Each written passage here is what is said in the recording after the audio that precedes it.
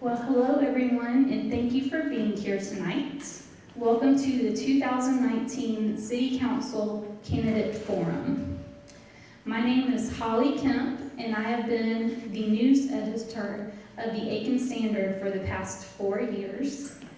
And during that time, I have had a front row seat to what an impact the Aiken City Council can have on the local community here in Aiken. So I'm just delighted to see all of these faces out in the audience right now. The Aiken Standard hosted this forum for you, the voters. So thank you so much for being here tonight.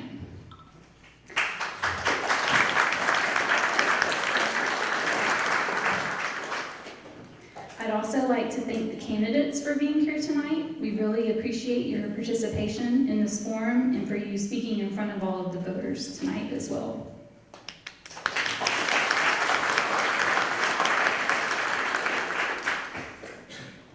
I'd like to point out to everyone that the Aiken Standard published an election guide in today's paper. If you do not have a copy, please make sure to pick one up today. We have extras on the tables in the back. And it includes a Q&A with all of the candidates who are running for City Council in the general election. And it also includes information about the District 3 Republican primary happening next week, as well as polling precinct information. So please make sure to pick up a copy before you leave today if you don't have one. And even though the District 3 primary is next week, we wanted to invite all of the candidates here tonight so that the public could hear from each and every one of them who is seeking office on City Council.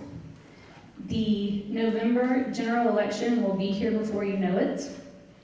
And the paper believes that debates and open Q&A sessions are a fantastic way for the general public to see, hear, and engage with the candidates who are running for the opportunity to represent them. It's so important that you guys get to hear the candidates and see them face to face instead of just reading about them. So thank you so much again for being here tonight. And with that, I want to go ahead and get us started. I'm going to introduce our moderator for tonight. You may have seen his name in the paper before. You'll definitely see it tomorrow with the breaking news story. It is our Savannah, Riverside, and political reporter, Colin Demarest.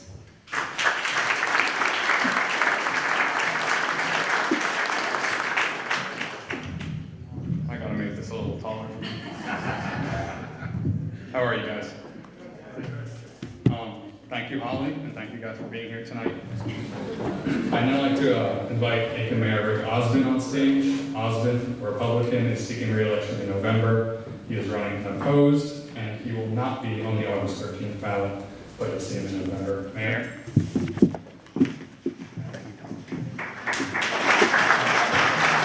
Thank you. I was getting nervous. It was mighty quiet, so I appreciate that. Good evening to Ms. Kim, Mr. Demarest, Rhonda Overby, the publisher, and all the staff at Aiken Standard. We appreciate them hosting this forum, an opportunity to express opinions, ideas, and share with you, the voter. It's certainly been a privilege for me over the last 4 years to serve as your mayor. It's been certainly something, as Fred Kavanaugh said on the day he turned over the gavel, it was an honor that you can't express, and you really can't. And so I appreciate the trust that the citizens have put in me in the last 4 years.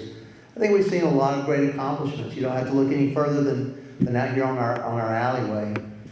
When we closed it to cars and made it pedestrian only, we were criticized and said, "Oh, it'll never work." Now we've created a place in our downtown where people like to gather, where they like to come together and enjoy music and art, and it's something that we're certainly very proud of. As we look at roadways and we talk about the Powder House Connector, which is actually a plan that we are submitting to the State Infrastructure Bank for match. It's about a $100 million project. The city and the county both put money in our CPST, which thank you for voting for and passing on the last ballot. We put 6 and 9 respectively. We have up to about $19 million dedicated to the project for match. So we feel like we have a good opportunity of receiving the state funds to finish that project. It would reduce traffic in that most congested area outside of the East Gate in front of the mall by over 19%, and it would make a difference. The way to reduce traffic on Whiskey Road isn't by putting more lanes, it's by adding alternative routes.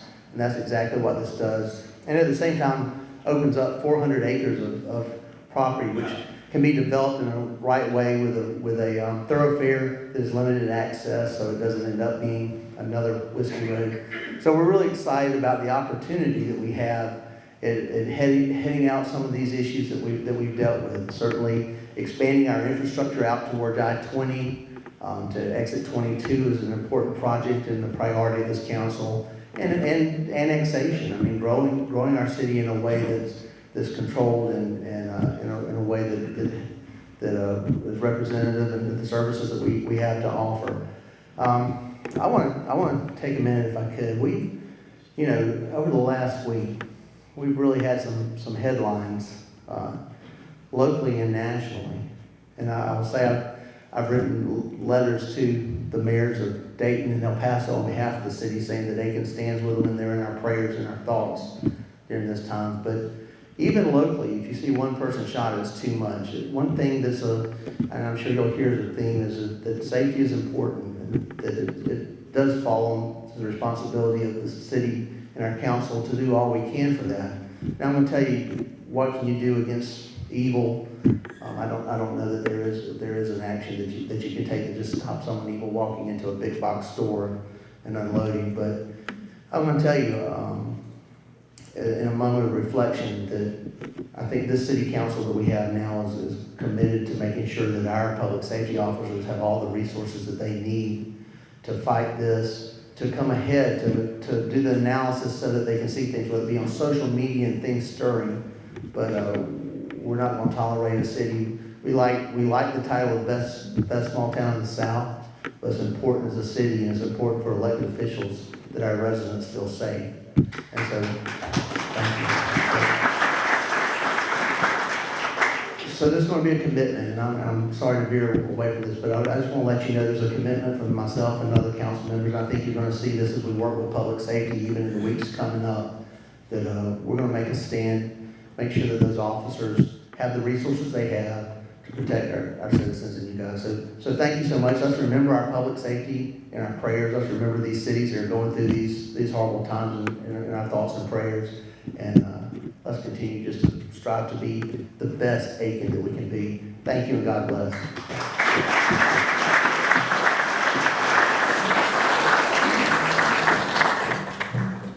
Thank you, Mayor. Now it's Aiken City Councilmember Gail Diggs' turn. Diggs is a Democrat, and she's seeking re-election in November as well. She currently represents District 1, which is largely on the north side. Her opponent in the general election is Jeremy Stevens. He's a Republican. He declined to participate tonight. District Race 1 will not be on the August 13th ballot, but in November will be. So, Councilmember Diggs.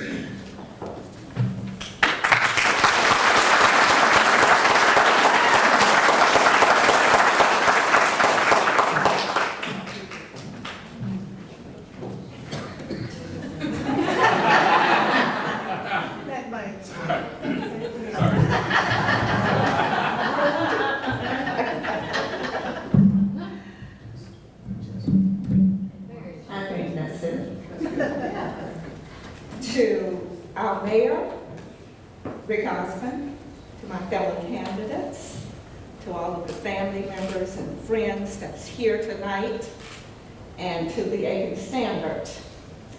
Good evening. My name is Gail Diggs, and I have been your representative for District 1 for the past 8 years. And it is after prayerful consideration, consultation with my family, encouragement from my constituents, and my genuine love for this community, my community, that I'm happy to announce that I will seek re-election in November.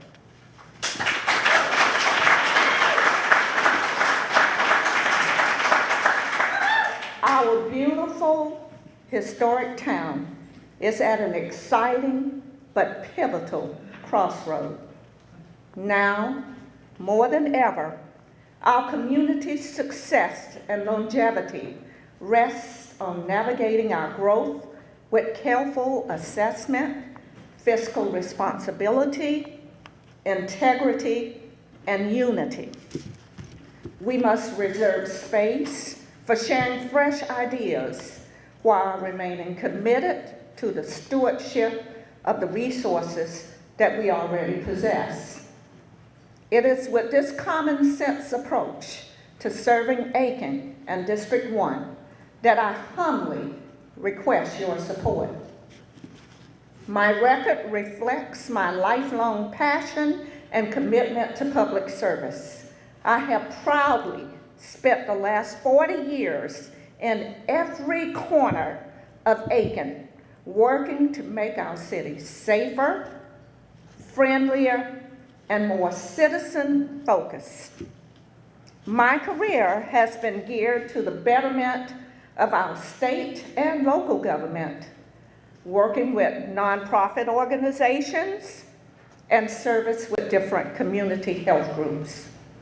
Over the past several decades, I'm blessed to have served on many meaningful local boards and commissions that work tirelessly to assist in the continuing the goodness in our community. Those include Aiken Corporation, Aiken Downtown Development Association, Aiken Regional Medical Centers Community Advisory Board, Aiken Community Service Network, Aiken County Homeless Coalition, Aiken County Veterans Council, ADSAP Advisory Board, Tri-Development Board of Aiken County, Vice Chair of CODA's Kids Foundation, North Aiken Elementary School Improvement Council, USC Aiken Inclusionary Advisory Council, Crown and Lupus, Aiken NAACP, Aiken County Democratic Party, and Aiken County Democratic Win.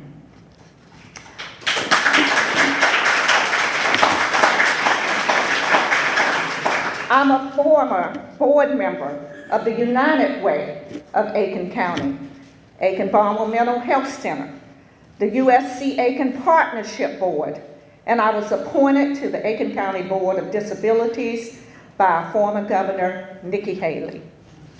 Additionally, I've served on Aiken's Strategic Planning Committee when we were named an All-America City back in 1997. Sounds so long ago. I've also had the pleasure of being a small business owner in beautiful downtown Aiken from 1981 to 1985.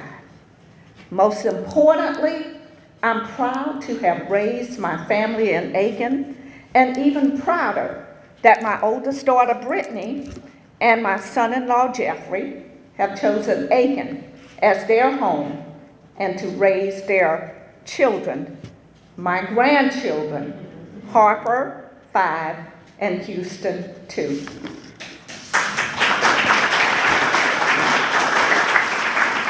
I still remain prayerful that my youngest daughter, Simone, who's in Raleigh, North Carolina, and her husband, Brandon, and their 2-month-old son, my newest grandson, Beckham Thomas Griffin, will join us. As an Aiken County native, one of the greatest honors of my life has been to take my knowledge of our community and utilize it as a trusted and informed voice for all by serving as representative for District 1. I take pride in the partnerships that we've built and maintained in our wonderfully diverse district. I take pride in being present and engaged in every corner of not only District 1, but throughout the city of Aiken. I take pride in my genuine relationships with my neighbors and in understanding their different needs. It is these relationships that have resulted in various citizen-requested improvements in our district, like a renovated pool and pool house at Smith Hazel Center, which is due to be open in the summer of 2020.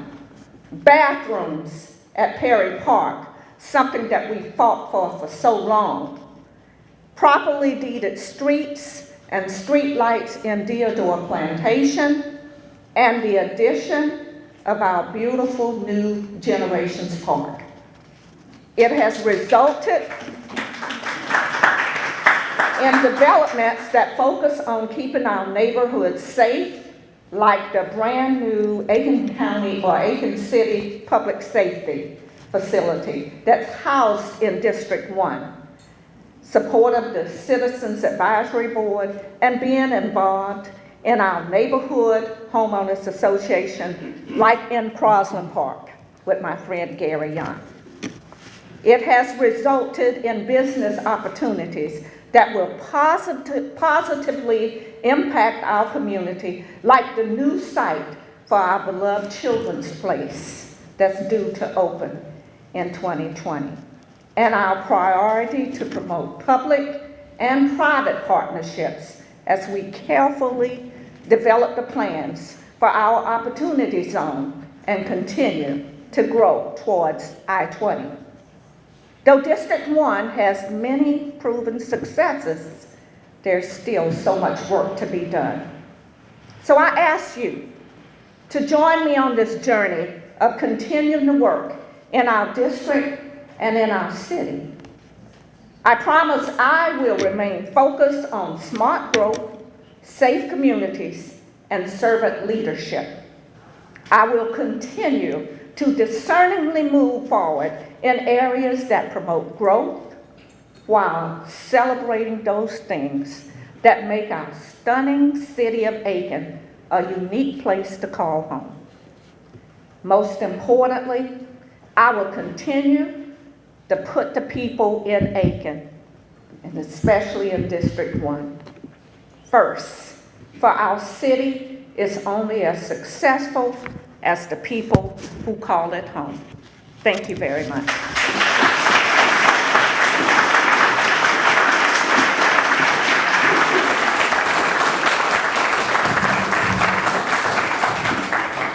Thank you, Ms. Diggs. So the primary election on August 13th, that's next Tuesday, will focus on the Republicans in the District 3 Aiken City Council race. There are 3 Republicans. They're seated up front. It's John Klecker, Nick Weaver, and Kay Bierman-Roll. They're with us tonight, like I said. The 4th candidate, the 1 Democrat, John Brett, is here as well. I want to make this clear. Only Klecker, Weaver, and Roll will be on the August 13th ballot. Only residents of that district can vote in that race. And so with that said, we wanted to invite all the candidates, Holly kind of touched on this, 7 candidates for 3 seats to speak tonight. This will be our only municipal forum this year and kind of our best opportunity to see the entire field. So I'd now like to ask the candidates to the stage. Democrat John Brett, who will be on the November ballot, and the Republican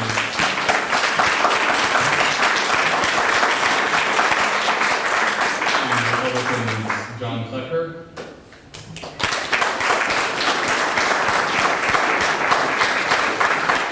Nick Weaver. And Kay Bierman-Roll.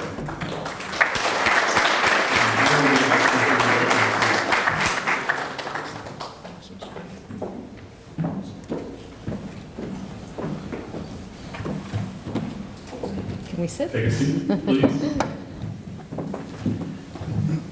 And to lay the ground rules and for you guys to understand clearly, the candidates before the forum drew who would go first out of a hat, and that will be John Brett. Oh, boy. We will then move down the line, so when John answers first, he will answer the next question last. So that would mean Kay Bierman-Roll answers the second question first. Make sense? Cool. There will be no rebuttals, reputations, crosstalk, anything like that. Candidates, you'll have 2 minutes for each question. Holly down there will be keeping track of time. She has 30 seconds at the stop sign. And just a warning, Okay. I'm going to be mean for about 2 minutes. We've collected questions from the audience prior to this beginning, and 2 will be asked. You all ready? Cool. Okay, so question 1. First question goes to you, John. This year, Aiken City Council decided to keep the millage rate flat, pivoting away from a previously pitched increase. Do you think that was the right decision, and why, and under what conditions would you support increasing millage, which is used to calculate property taxes?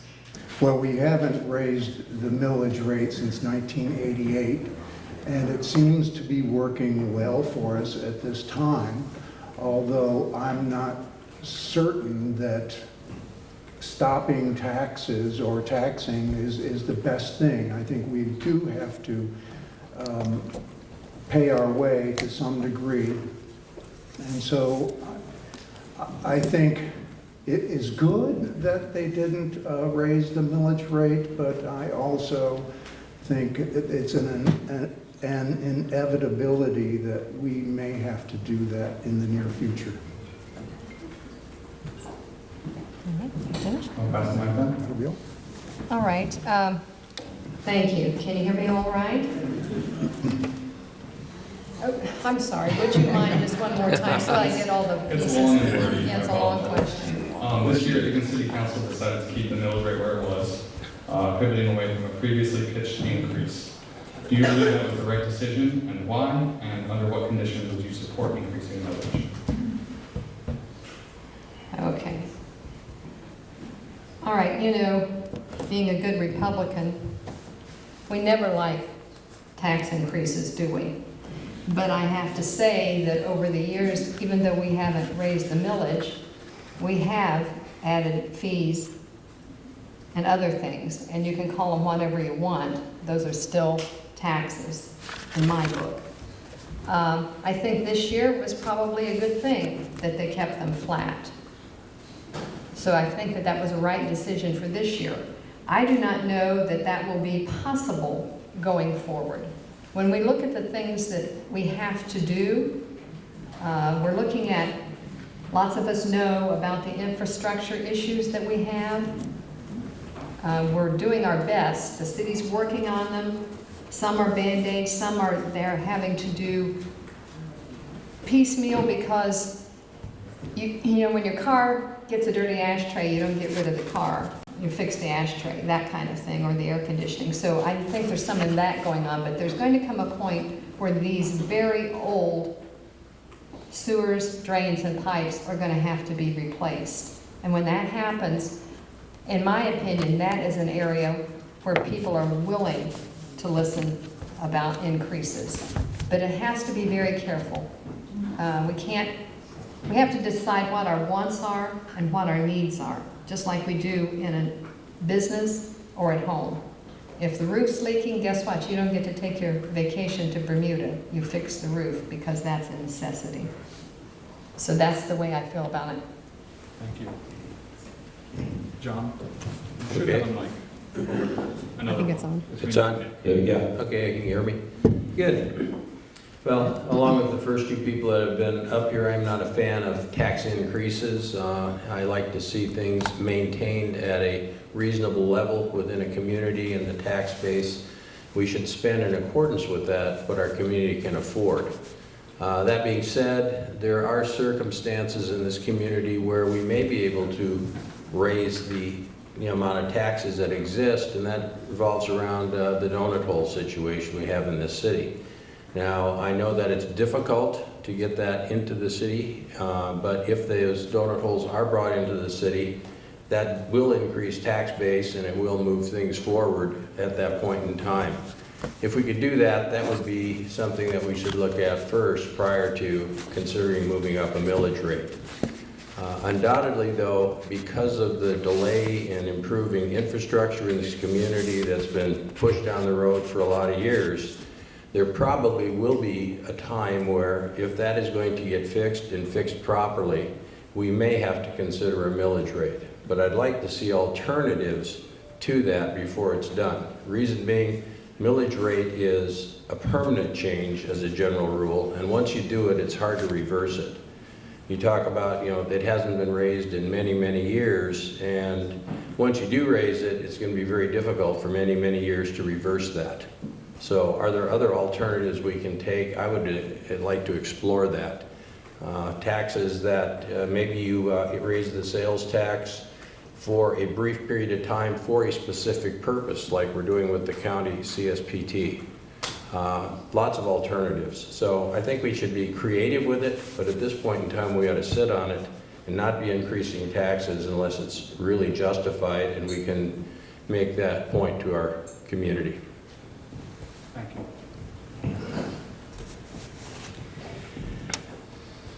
I'm going to echo what a lot of the others have been saying, that our infrastructure is definitely hurting in areas of our town.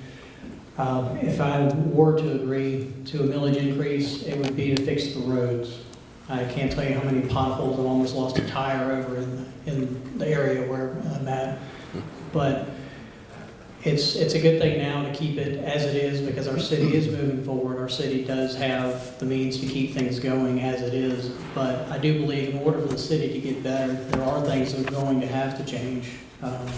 And something like the millage rate would definitely be a step in the right direction for getting more infrastructure, getting more changes that the city does need and that I think the people do want in the city. Thank you.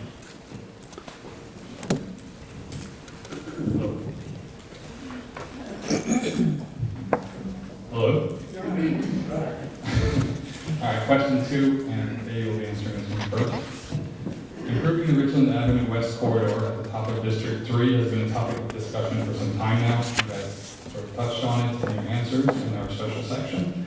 There have been complaints about crime, outward appearance, and more in the so-called gateway to Aiken. What is your plan for the corridor, and what would you like to see most addressed? Okay, if any of you received any of my material, you'll see that one of the very first planks or things that I'm concerned with is safety. I've spoken with Chief Barranco and with Sheriff Hunt, and you know what's happened here in Aiken just in the last few days. On Waterloo Street, which is in our district, there was a killing, a shooting, a 17-year-old child. Then there's been a couple other ones in the last day or so. And then we've got what's happening in the rest of the country. And as Mayor Rick spoke, these are things that you want to ask yourself, what can we do? What are we going to do to stem this? We're going to have to work together, and it's going to have to take other people besides the police. Parents are going to have to be involved. Communities are going to have to speak up. In many communities, they're afraid to speak up. But that's going to have to be what happens. And I have some plans, some other things that we can do to get rid of some of these sites that promote such violent behavior, and it's condoned as normal. Children become desensitized. You know, killing someone is no more than a video game, and that's just not right. For the Richland Avenue corridor, you know what we have there also is the old hospital property. And I know this has been a very delicate situation because so many people have fond memories of being born there. You know, how do you get rid of those memories? You can't. But right now, the condition of that building, it's not feasible to salvage. The property sits at a main entrance to our city, and it's on 9 acres, the last big piece of property in town. And this would give us an opportunity to clean all that up, and then that would allow opportunity and development down Richland Road to come up and feed into the city. That is the best way to get more into our city. And I think we should take advantage of it. It's been empty 5 years, you all. We're getting nothing from that. It's a drain. And now it's become a place where derelict people stay, and there's lots of liabilities going on with that. So I think that, I'll give a sign, is the best approach. Colin, could I get you just to repeat the question again? Just a bit of the beginning, I think.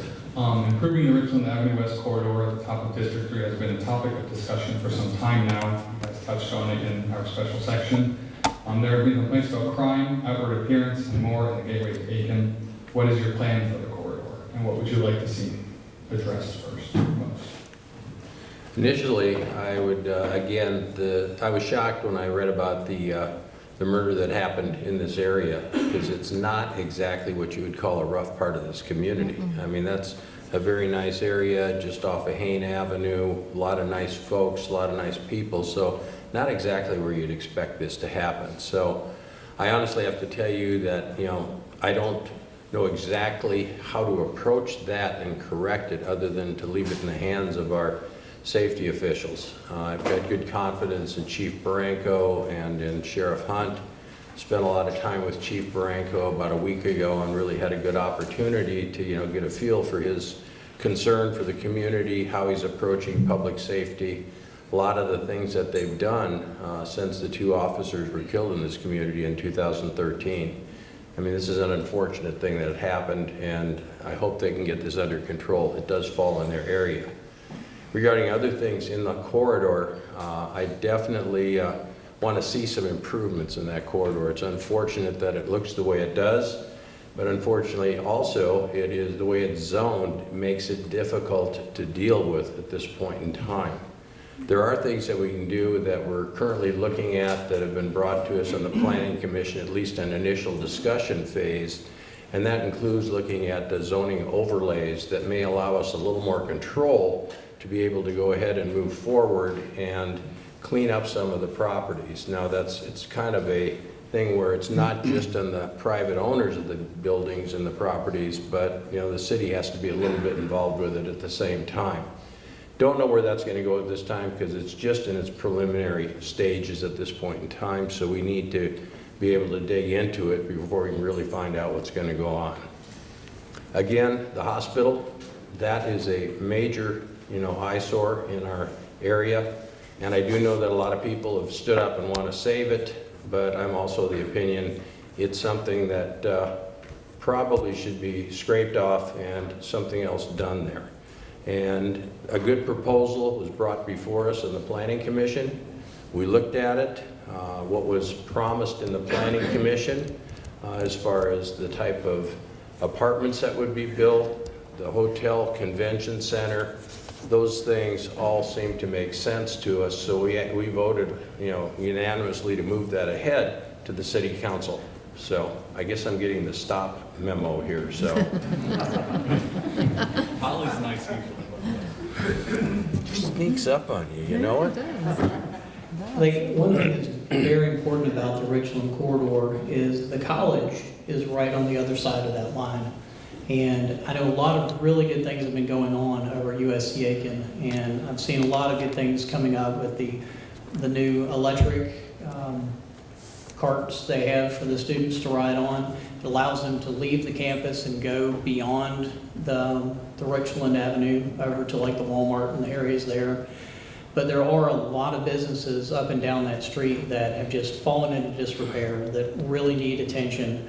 I don't know what the best answer for getting someone to move in there, but they do need to be cleaned up. We have a lot of good organizations in Aiken through United Way, through other agencies that go around and help people clean up their homes, clean up their communities.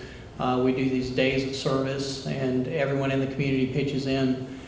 I think we really need to have a program like that to help with these businesses that have fallen into disrepair, that are eyesores to the community and really just need some attention.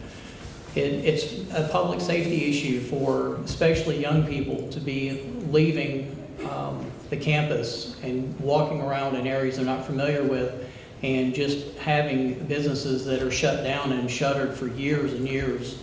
The car dealership in front of Sam's that's just turning into a moat every time it rains. There's just so many things in that area that need to be addressed. And I think having a way for the community to help out and to help clean up those would do a long way towards getting other businesses to come in and help. Please pass the mic. Oh, that's true. We got one to go here. Well, we all know what a eyesore the West Richland Avenue corridor is. And the question is, how would I remedy that? Well, I would favor an overlay district that would help the city realize any improvements. Also, I think just beautification would go a long way.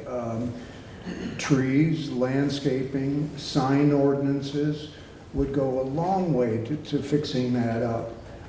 Paying for it could come from grants, the hospitality taxes. We could also help the business owners with tax incentives perhaps, or fee rebates to help them make improvements and maintain their own neighborhood. Thank you. Thank you, guys. Question three, John Wolfgarden. Census and study data show Aiken's population is aging, and the elder population repeatedly outsizes Aiken's younger population. How can Aiken attract and retain younger residents? How is that a concern to your district? Okay. This district is an older district, there's no doubt about it. I think the average age is somewhere north of 60 if you look at the registered voters in our district. So, that being said, it's a district where the senior population needs to be looked at very carefully and be, supported, as they do provide a huge amount of tax base to this community. A lot of them moved here because they wanted to move here. They moved here because of the attractiveness of this city and how nice it is, and they're part of that. A fallacy, though, is that seniors don't want young people around, which is absolutely wrong. I mean, there's nothing more fun than seeing, kids out there in the neighborhood and having them involved in our lives, and that's a good thing. As far as getting young people into this community, we have to do things in the community that make it attractive to them, okay? And those kind of things can't be done to the disadvantage of the rest of the community. But things like decent housing and apartments, which young people live in, I mean more attractive housing and apartments. Young people like to live in places where maybe they got a swimming pool or they've got activities around them that they can be involved with. Along with that are job opportunities, but there are a lot of job opportunities in this community. And I think a lot of people work in those job opportunities, but do they stay or do they move over to North Augusta where maybe they find a little more attractive lifestyle in the new downtown area there? Those are the things we're competing against. I think we have to get out and investigate what would work in our communities and what's worked around here, and maybe bring some of that into Aiken. And I honestly have to say that, that will take a lot of work on the part of the city council or council committees to really dig into that, because I don't know how much of that has really been done up to this point in time.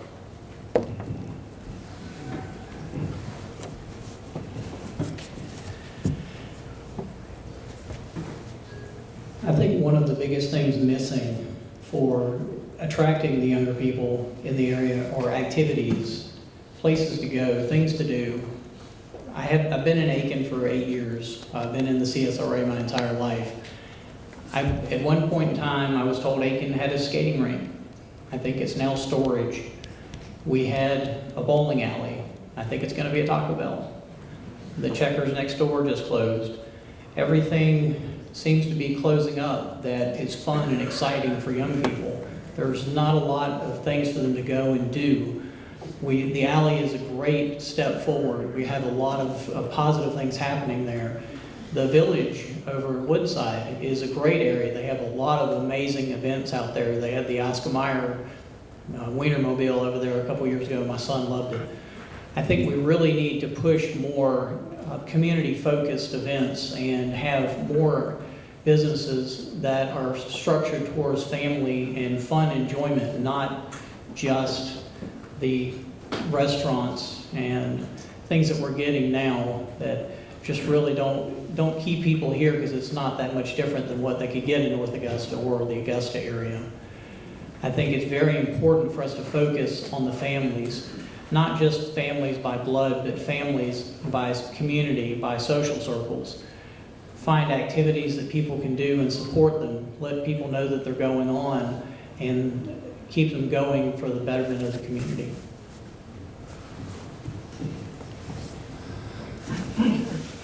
Is it Mike? Yeah, just Mike. And the question is, how do we attract people, young people to the city?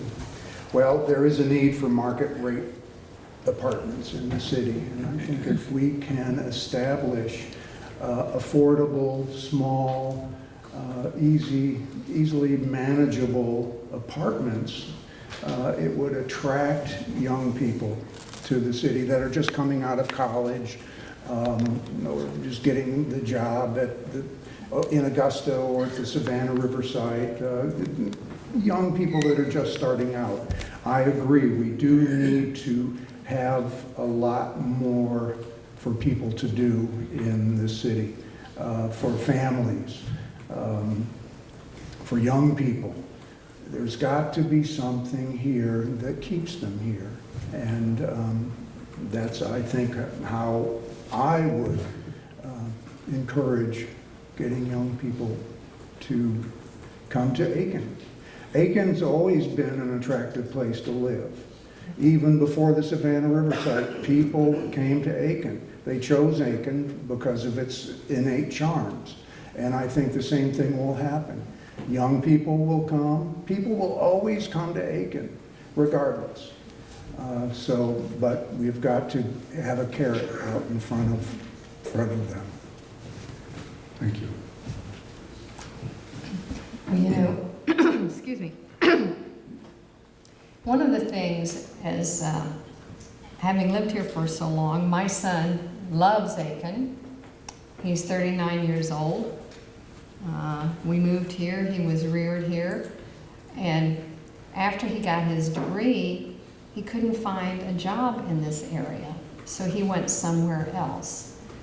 I think that it's important that we attract other industry here so that our young people can not only grow up here, but stay here, have a career here, and then those people become the leaders of tomorrow so that, well, thank God we got Nick, a nice young guy, but you know, the rest of us are going to have to pass that mantle along to them. And I'm thinking about if we streamline that process to start small businesses, it's amazing how many of our millennials in a few decades each way want to start their own small business. But if the red tape is so huge, they're not able to get through that. And I know there's some that have done that and have been successful, and there's some that done it and it just fell through. Also, we talked about the activities. Yes, our skating rink is gone. That was sad. Our bowling alley is gone. You know, if we start to build the mall out on Whiskey Road, it's not going to be a mall like we're thinking of, like was there. My son happens to live in a place where they have it, it's called a village center, I think is what it is. And there's little enclaves and streets, and when you go there, you're looking at a village. And there's movie theaters, there's bowling alleys, there's shopping, restaurants, high-end shopping, and there's always young people there, always young people there. So it's a combination of all those things, jobs, entertainment, you know, things that they like to do. And we can do it. It's just going to take some work and some time. We've had negative growth now for a good long while.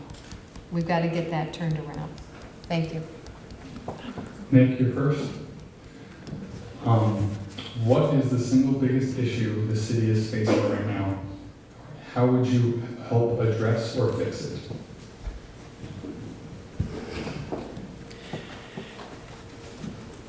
I think our single biggest issue right now is the infrastructure. Whether it's the roads, whether it's the drainage or the traffic. I think we have a lot of things in the city that could be made better with the infrastructure improvements. The buildings are aging, they do need some TLC, and I don't think we need to hurt the historical significance or take away from the beauty of downtown Aiken, but a lot of it does need to be cleaned up. The center of the city is amazing, but you move out 1 or 2 blocks and it really goes downhill fast. I really think that getting infrastructure out to the further sections of the city that are maybe don't feel as incorporated as the city center is very important to helping Aiken grow, to making the tax base grow, to making Aiken feel more as a whole instead of a fractured society like we have now, where there seems to be pockets of people that just kind of stay in their area and keep to themselves. So I think getting the infrastructure in a better situation, not only in downtown, but out in the north side, the south side, the east side, the west side, all over Aiken. I think that's very important right now. Goes down to John Gregg. Would you repeat the question, please? What is the single biggest issue the city is facing right now, and how would you help address or fix it? Well, let's call it our future. I think we're looking at a 3-pronged approach to this. 3 issues that are kind of dovetailed into each other.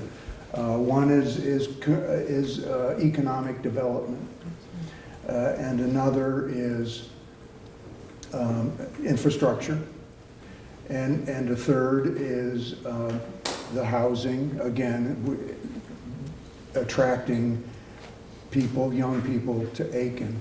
And it all boils down to our future is what we've got to aim toward. We should build toward I-20. I think that's essential. We've got to run our sewer and water out to beyond I-20 so that we can generate opportunities for businesses and homes to build out there. As far as infrastructure is going, I think Shiloh Springs pumping facility, which was built in 1911, will be facing needed renovation in the near future.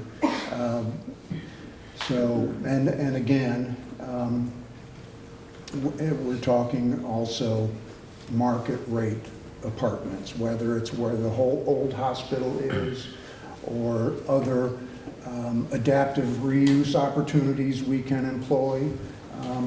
It will provide housing for a lot of people. So the bottom line is our future. Thanks, John.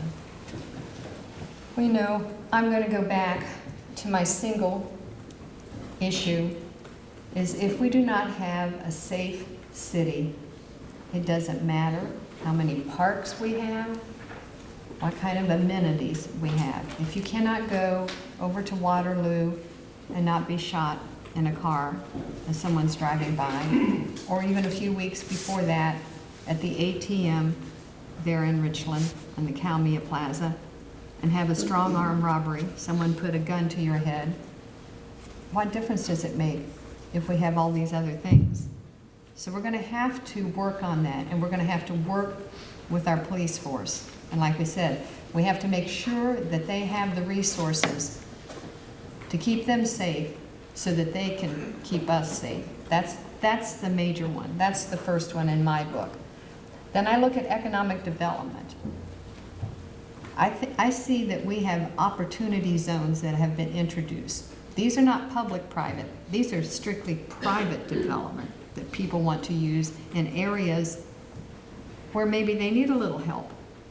And they could be utilized and be such a symbiotic relationship, because these people are looking to invest and they get a tax write-off for this. And the city doesn't put anything in. Housing, John mentioned, we have to have housing for these young people.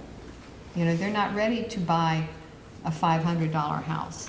We have to have affordable housing. That doesn't mean Section 8 or anything like that. They just have to have a place that they can live that is commensurate with the salary that they're making. And you know, those jobs that they're going to be getting, if we can bring companies in here, are going to help shoulder the tax base, which makes their housing lower. So I'm getting the sign, I guess I better. But oh, okay, thank you. But these are all things that I think go into being able to attract young people here. Young people want good jobs. They want a good place to live, and they want to do things. They want to have fun things to do. So, you know, we should be able to put together a package that helps with that. And I think we're working on that now. And as you all know, government moves like molasses. But we're hoping that some of us can begin to speed things up and use our influence. I hope that all the things that I've been involved in, that you maybe read in some of my literature, that I have connections Okay. that I can. Okay, thank you. Sorry. A lot of different opinions up here today. My single most important item that I think is facing the city of Aiken is really trying to maintain the quality of our neighborhoods and maintain the quality of life that goes along with maintaining quality of neighborhoods. And that applies across the whole city. The way I've found out about this is by participating with the Aiken Council of Neighborhoods and going on some of their tours and seeing what actually goes on in this community in all of our neighborhoods. And some are good, some are bad, and some have blights in the middle of their neighborhoods that otherwise would be quite nice places to live.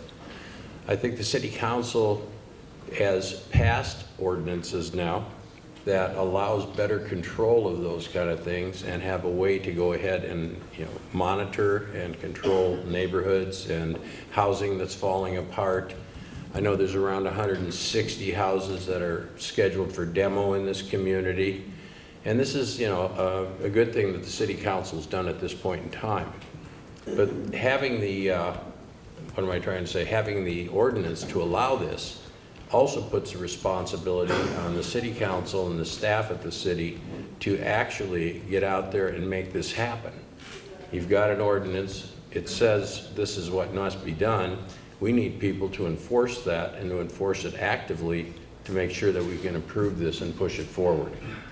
And with better neighborhoods comes better public safety. That's right. And as a result of that, it maybe takes some of the burden off of the police force to be able to have to get out there, because if people are taking care of their neighborhoods and keeping track of what's going on in their neighborhoods and participating with the police force to support and control the safety in their neighborhoods, we're all going to be better off for that entire circumstance.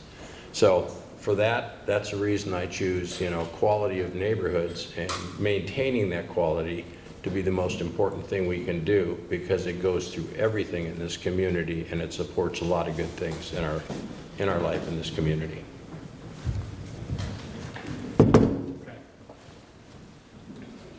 Okay.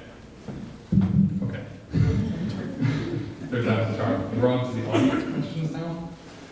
First one, what should Aiken do to help them? What was To that? help the homeless. To What help- should Aiken do to help the homeless? Who goes first? John, Brett, you go. Back to you, John. Affordable, low-income housing to shelter them. It's as easy as that. I think some people believe there aren't any homeless here in Aiken, but I beg to differ with you.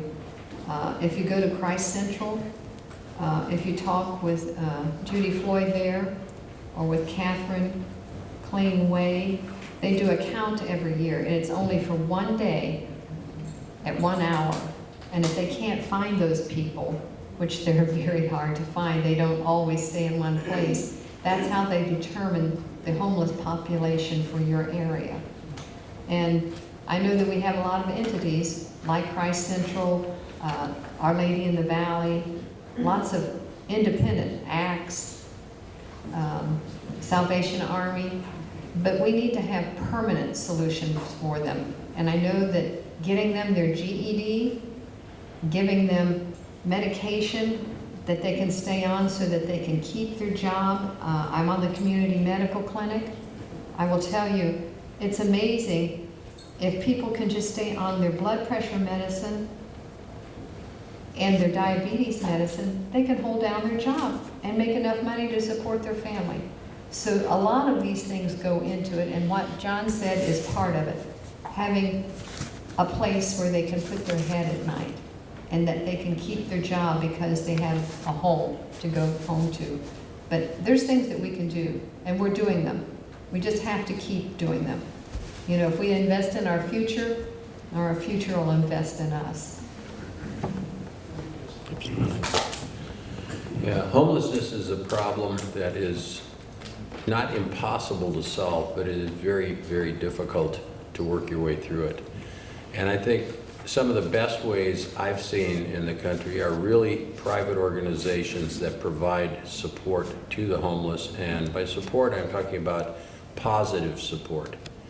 Helping them, you know, have a hot meal for the day, have a good start to the day, provide clothing and, you know, shelter for them and their families if it's a family homeless situation.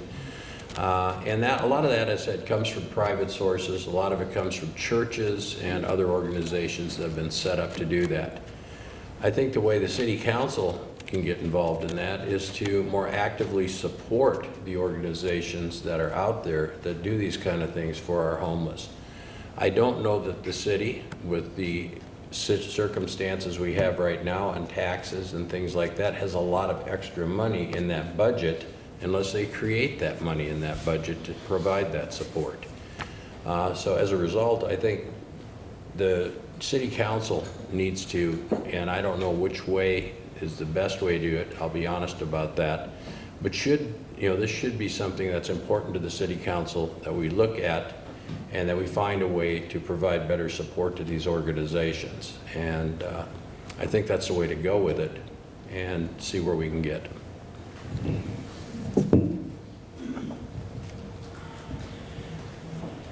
I think I agree with everyone up here in that Aiken definitely has a lot of really great organizations out there that are doing things to help the homeless population, to help the underprivileged population.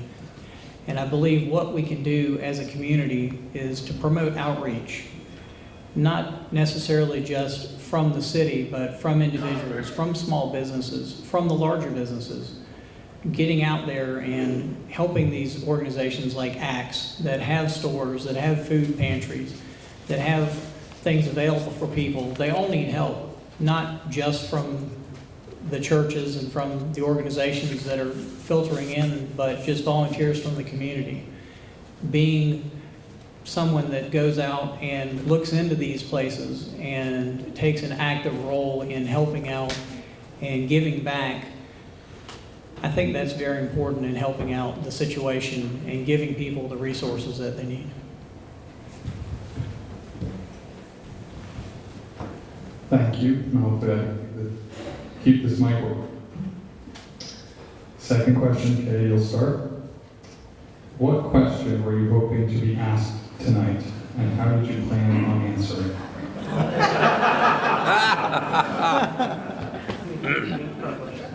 Is that for me? You're starting. You don't like me, do you? What question was I hoping to be asked? What question were you hoping to be asked tonight, and how did you plan to answer? I was asked this in my job interview. Talk about a setup, man. I guess when you think about it, you're hoping that you'll be asked why you want to do this. And then you're scared they're going to ask you that. Because I look at the gentleman up here with me, and you know what I feel? I feel great pride that these three men have joined me here and have joined themselves to offer for service for our community. I'm telling you, we're very blessed. There's a lot of them. There's no competition. And I have to say, they're all gentlemen. We've all conducted ourselves in a very fine way. As far as I can tell, I have not picked up on one little scintilla of ugliness. So to have this many people for one district offering, wanting to help to make our city better, I think that's encouraging, and I think that's, when someone asks me that, say, yes, I want to be part of that. I want to be part of a city that cares, that has enough people to show up so that, you know, there's many, that it's no one. You can't get anyone to run, or maybe one. So I feel that that is a blessing that we've come out of with this.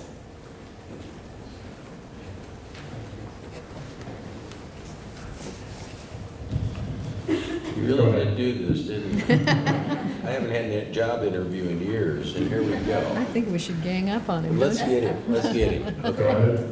All right. I'll take my time with this. No. Actually, my question is exactly the same. I wanted, somebody to ask me, why in the heck do you want to do this? Okay? Have you lost your mind? Yes. Were some of the comments I've gotten along the way? Isn't there something better you can do with your retired years? Don't you get in enough golf? I've had it all, okay?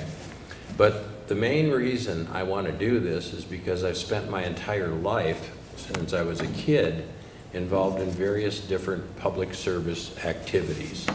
From teaching Down syndrome children to swim when I was in high school, to coaching with my kids, to actively being involved in community service organizations like the JCs and other groups like that as I've grown through my career. I've spent my spare time not only with my family, but trying to better my community. Since I've been here, I've jumped right in. I've gotten actively involved in the city of Aiken. I've gotten involved in my neighborhood with the Hounds Lake Neighborhood Association and the Villas Homeowners Association. I've gotten involved with SCORE, Business Mentoring, which is one of my favorite things I think I've ever done, trying to do everything we can to promote young businesses and help these people. And it's totally the 45 or 46 SCORE volunteers we have in this town. It's all volunteer, and it doesn't cost people a nickel to get good advice on how to build a business. So that's my reason, I guess, when you sum all of that up, is because I want to contribute. I want to be a part of this community. I chose to live here. I don't have to live here. I have family here, and they like it here. So, thank you.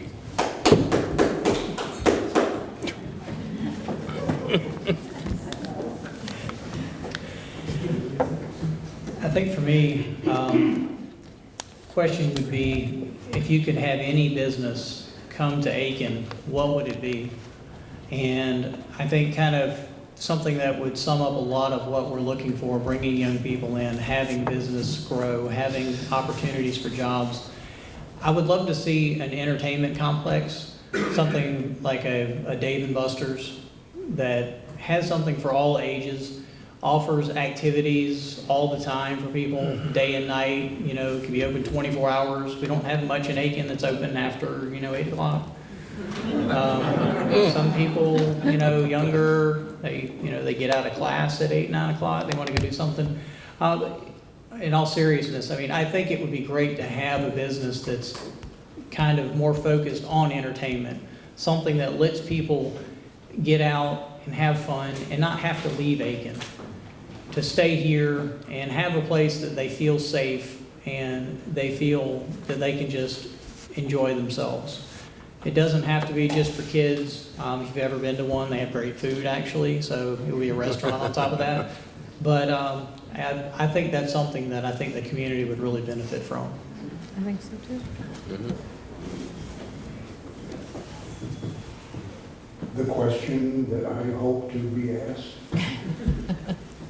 And What was the second part of it? what would be your answer to it? My answer to that is, well, nonpartisan elections. I think it's something we need to do in this city is to do away with partisan elections.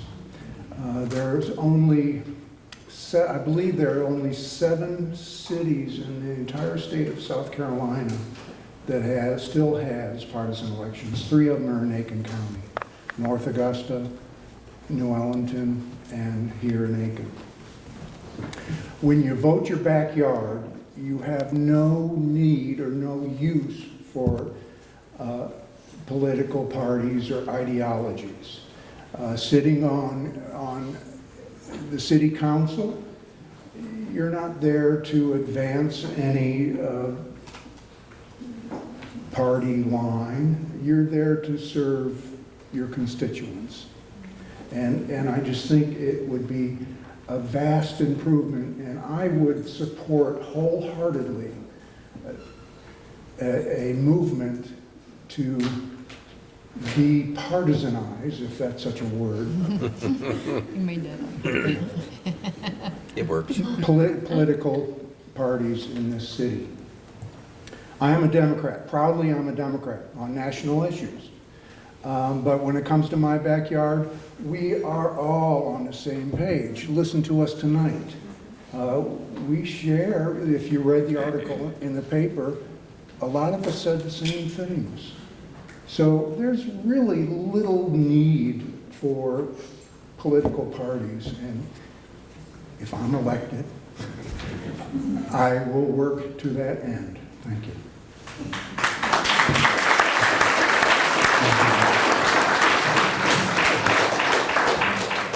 So you guys kind of already beat me to it. I was going to ask for another round of applause, so I'm going to come back.